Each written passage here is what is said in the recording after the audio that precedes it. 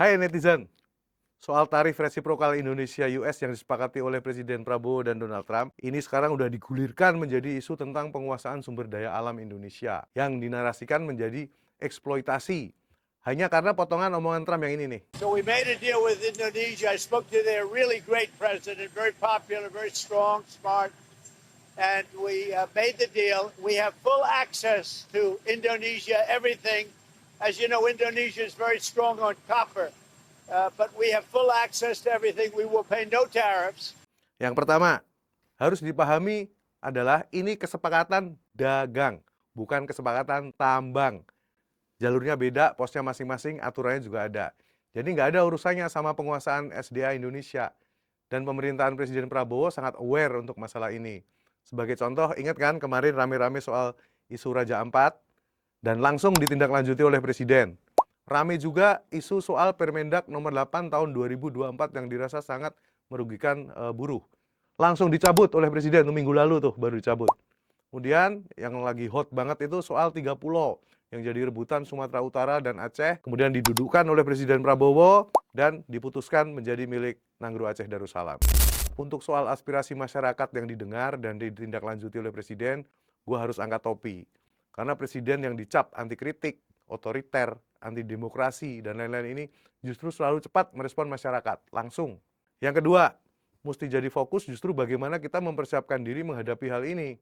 Karena jelas dengan kesepakatan ini, maka Amerika akan masuk ke pasar Indonesia dengan barang-barang agriculture-nya yang jumlahnya gede banget. Artinya, pasar akan ramai dibanjiri produk Amerika. Karena mereka akan memanfaatkan tarif resiprokal 0% ini. Yang harus diwaspadai adalah justru nanti di pasar akan seperti apa. Apakah sistem rente, kartel, mafia, atau apapun yang banyak banget. Hal ini sudah menjadi concern Presiden Prabowo dan sudah disampaikan ketika kemarin doorstop di Halim 16 Juli lalu. Semua sudah kita hitung, semua kita berunding, ya. Kita juga memikirkan yang penting bagi saya adalah rakyat saya. Yang penting saya harus lindungi pekerja-pekerja kita. Walaupun kita juga punya sikap, ya. Ini tawaran kita nggak mampu memberi lebih. Tapi yang penting bagi saya, pekerja-pekerja kita aman, dan saya sangat optimis ekonomi kita dalam kondisi yang kuat, kondisi yang bagus, ya kan. Jadi apapun terjadi, kita akan kuat. Yang ketiga, spinning isu soal tarif resiprokal ditarik jadi isu soal kedaulatan, kelemahan diplomasi, dan lain-lain. Yang mana hal ini jadi melebar dengan tujuan utama ya apalagi kalau bukan delegitimasi pemerintah. Padahal kan nggak nyambung hal itu. Jadi mesti stick to the topic. Ini semua tentang kesepakatan dagang resiprokal, bukan yang lain. Ambil contoh beberapa ekonom yang hari ini posting di media placement dan bilang kita akan kalah dengan Vietnam dan seterusnya. Nih, beda ya, bebek sama kuda.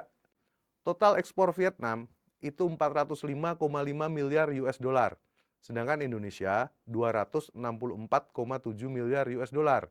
Volume ekspor Vietnam dan Indonesia ke Amerika juga beda. Vietnam ke US itu 70 miliar US dollar. Sedangkan Indonesia ke Amerika itu 26,7 miliar US dollar. Beda banget angkanya kan. Kemudian top 3 komoditasnya, kalau tadi dibilang bersaing kan harusnya ada komoditas yang sama. Tapi kita coba kulik. Top 3 komoditas Vietnam yang ekspor ke Amerika itu yang nomor 1 itu adalah handphone dan spare part. Itu 21%. Yang kedua tekstil, garment, itu 12%. Yang ketiga komputer dan spare part-nya, itu juga 12%.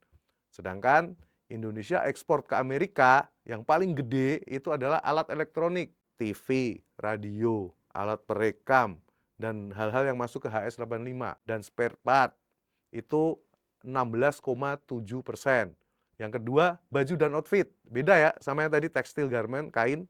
Kalau ini udah berupa baju, topi, dan pernak-perniknya, itu 16,3%. Kemudian sepatu, 9%. Jadi nggak ada yang sama antara Indonesia dan Vietnam. Jadi mana yang akan saling bersaing kalau komoditasnya aja beda. Yang ada justru akan persaingan sehat bahwa kita bisa gedein market kita nantinya. Kemudian yang keempat nih yang paling penting. Jangan jadikan sakit hati politik dan kekalahan membuat kalian jadi zombie. Zombie itu otaknya cuma setengah. Yang kemudian nyerang membabi buta untuk sebuah keputusan yang sebenarnya ini masalah bagi rakyat Indonesia. Oke? Bongkar total. Bye.